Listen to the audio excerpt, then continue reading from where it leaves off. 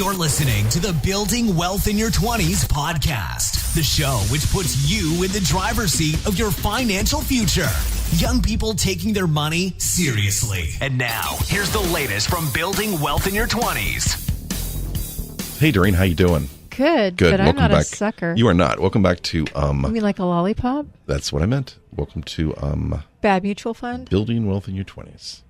Yeah. That's because we are both in our 20s. It's been a while. Well, we're experienced. So today we're going to talk about mutual funds. And I like mutual funds. They're nice. They're pretty... They can make you money over time. Not the bad ones. Not the bad ones. Not as risky as buying individual stocks because you get a little diversification, which we've talked about. Spread out the risk. The risk and the cycles of stuff. So today, I'm going to tell you some tricks I've seen on how to sell someone a bad mutual fund. So if I'm the buyer, this is what I'm looking out for. Is someone trying to use these special words at me? Buyer beware. These are the red flags that you see right before you go, ooh, red flag, meaning bad. Is that a racing term like danger up ahead or something? Checkered, that means like... Checkered flag means you you're won. Done. Yeah. I watched Speed Racer. Red flag is things. a thing on the field. Red flag on the field. I think it's like a football thing. Oh, When really? There's Soccer? something wrong. Yeah. They throw out the red flags and they review it and make a decision. Oh, yeah. The officials. How come I know this and you don't? Do they still put like professional sports on television and stuff? Yeah. Really? They do. They people have whole watch? channels dedicated to Oh, it. my goodness. That sounds amazing. Chuck doesn't get out much. I don't care about sports. I like playing sports, but When not was watching. the last time you played in a sport? Video games don't count. I don't play really sport video games. No, it's been a while, but A while, meaning over 10 years? probably yes, that's true. Yeah, that's about right. So you got to stay fresh. I want to stay fresh in case a game comes up. I am ready. I'm not on the injured list. Yeah, you're sitting on that bench holding it down, making sure it don't go nowhere. You're welcome. You're welcome.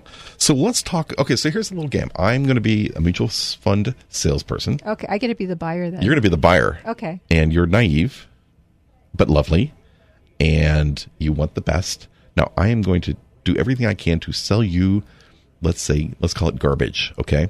But here are the rules. I cannot lie because I could get fired or go to jail if I say illegally things. Okay. So I should expect you to be truthful to me. I promise I will be 100% truthful. Okay. But I can still totally deceive you without lying. And later when you say... I'm clairvoyant, right? I hear I used that. to work for Miss Cleo. Wow. I wonder if she saw the demise of her company coming. Anyway, but she made $500 million. Yeah, she did. She got out $500 good. million. She did got okay. out good. Yeah. She's fine. She's okay. She pieced out. She didn't That's go to good. jail or anything. No, I don't want to. You know how I Don't worry. disparage her. I do not, because she'll know. So anyway, we're gonna play a little game. I'm gonna try to sell you some stuff, and we'll see how many tactics I can use to trick you. Okay, so let's go to the first one. So okay, I see you coming down already. You're trying you to were sell me right. some garbage. Well, I'm gonna use the word smarter. So that's a dead giveaway. So I am smarter than the market. What's that? That means I can sell the stocks that do bad things, and I'll buy the ones that are going to go up in the future. We want to buy low, sell high. I will do that. And if the market gets too hot, I'll sell out at the top and get you back in at the bottom. How are they making such unrealistic expectations? Because you don't know it's unrealistic. You're like, well, you seem very smart. You have some letters behind your name. So you probably know that. And good stuff. But we talked about this on mutual funds, like did we talk about market timing? I think we already did, maybe. Maybe not. I don't remember. Anyway, the point is, it's really hard to outthink the market. I had a friend who asked me. He's lying now. Okay. Neep, It was a friend's mother. She had. Lie. All right, an associate. She had some money to put away. And I said, how long do you have until you want to spend that money? She said, 10 years. I'm like, okay. If you put it in the market, you'll probably make about 10% per year. Now, you could have a bad year this year. You could have a bad year in 4 years from now. And I said, to be honest, we've had the market go up for 5 years in a row. The Dow is at 15,000.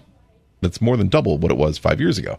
So it's not like we're overdue for a correction, but it could happen. Okay, that was 3 years ago. Now the Dow is at 23,000. So my best guess was that the market was not going to keep going up. I would have been way wrong. Yeah, you would have been going short. Yeah, like 40% wrong. Yeah. That would have been really bad. Lost a lot of money. I would have lost a lot of money just by doing nothing. nothing. Opportunity cost. That's we got to talk about that too sometime. But opportunity cost, that's right. So the question is, could I outsmart the market? No. Did I try? No, because I'm smart enough to not do that because I'm not that good. I cannot tell you when the market is going to go bad. You don't have the crystal ball? I do not. Even if I have a stock, and we talked about some stocks that we think are probably crazy, all the red flags are there. But I cannot tell you when the market is, when they will crash. Maybe they'll survive 2 or 3 years and then change their business model or get bought out or do well. But I'm not going to bet. I'm not going to short them. I'm not going to bet against them because, boy, that's crazy. But I'm just going to stay away from it because in general, I know they're bad. I know that in general, the market is good on the average. Aren't you kind of off topic? I am. The point is that I am not smarter than the market. So I'm not going to outsmart the market. I could have told you that before you even started the conversation. Okay. So my first trick did not work. Good job, Doreen. Yeah. You totally got me there. Number 2. Now this is a little bit more controversial. Okay. Loads. So loads. You're going to buy a mutual fund from me. Now there's a 5.75% fee on that. Okay. You just pay that off the top to me right now. What? Yeah. No, it's okay because I'm smart and I'm smarter than the market. Remember that? Remember I told you that? So you pay me this massive fee. You got $1 million. You want to put it away. I want to take $57,500. Yeah, what? That sounds right. Right now, just to work for you. What? Yeah. Why? Because it's a load. You can't avoid that, can You you? didn't earn it. But I will When? in the future. Well, let me pay you when you've earned it instead of up front. I do like future money, but I prefer money now. But here's the nice thing about loads. You don't have to pay them. You can go to the people that do the work without the loads, without the pay up front. I Really? like to pay people on performance. How about that? You go make some money and you can make some money. Otherwise, and if you don't, then I'm not going to pay you today. I don't know how Is good you that are. possible? I'm glad. Well, it is actually. Well, yes and no. Actually, there are some companies where you can pay later, but in general, you do pay a fee, but it's wrapped up into the mutual fund. So they might take. I pay like 0.03% a year for Schwab. Not charges it. 5%. Not 5.7%. Yeah, I had a friend that went to. Liar. An associate. He went to this big, famous company that I'm not going to name. They're a financial company. And they sat down with him and held his hand, and they gave him a nice leather notebook. I'm like, well, I hope that notebook costs $8,000 because they're charging 7,600% more than I pay. 7,600%. Well, they have overhead. They have an office. Yeah, so does the other people. The other question is their performance better than the cheap guy? Well, it was not. It was not. This is all verifiable. So if you're a miracle worker like Warren Buffett, he's amazing. I'd pay more for him, but I don't have to do that either. I can buy his Berkshire Hathaway and just pay $5 and buy a bunch of shares and it goes. Anyway, the point is that you do not need to pay those kind of crazy fees. Anything up front, and sometimes they'll charge you on the back end. And some people recommend these kind of stocks, but I'm like mutual funds, but I don't see it. You're a no load kind of guy.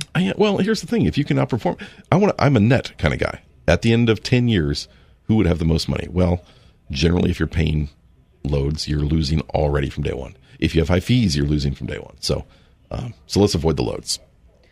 Take a load off. Take a load off. That's right. What's the third one? Dinner number 3, free lunch. What do they say about free lunches, Doreen? Well, let's hope they're not at the Golden Corral. No, they're not. Or Sizzler. But what is the expression they say about those? No such thing as a free lunch? That's right. But I have a free dinner for you, steak dinner. If you come to my seminar, I will teach you about how I'm going to make you money. Okay. No, that is not good. Why? Because where do you think that money came from? It Money came for the from steak? future you. Because I know I'm going to rip you off. Oh, nice. It is pretty nice. So it's basically a bad date. It's worse than a bad date. There was an organization when I was in the military that targeted military people, and they would have these free dinners, and they had a deal where they had crazy fees. They took half your money the first year, 50% load, and they locked it up for a long time. That's worse than trying to buy one of those timeshare condos. Oh, it is. Yeah. Yeah, it could be. Yeah, actually. And yeah. So anyway, that's a red flag when they're giving you something free. But that brings us right to number 4, holding period. That's where you give me your money, and if you want it back, well, no, you can't get it back at all for 2 years. Why? Well, because I'm going to keep it safe. Safe from me? Yeah, mostly from you. More safe for me as the seller. One company that I dealt with, they would hold your money for 15 years. They'd take half your money up front for the first year and then charge like 1% or 2% after that. And then after 15 years, you could start pulling the money out. That sounds crazy. That is a good call. That is crazy. So another red flag. Yeah. You know who I like is people that say, you give us your money We have really low fees. You can take your money out anytime because if I'm not performing, I know you'll walk. I'm like, that's right, I will walk. And you can walk without any consequence, without any party. That's an option? That is absolutely an option. You can ETF and you can hold a thing for like 30 seconds and sell it if you want. No problem.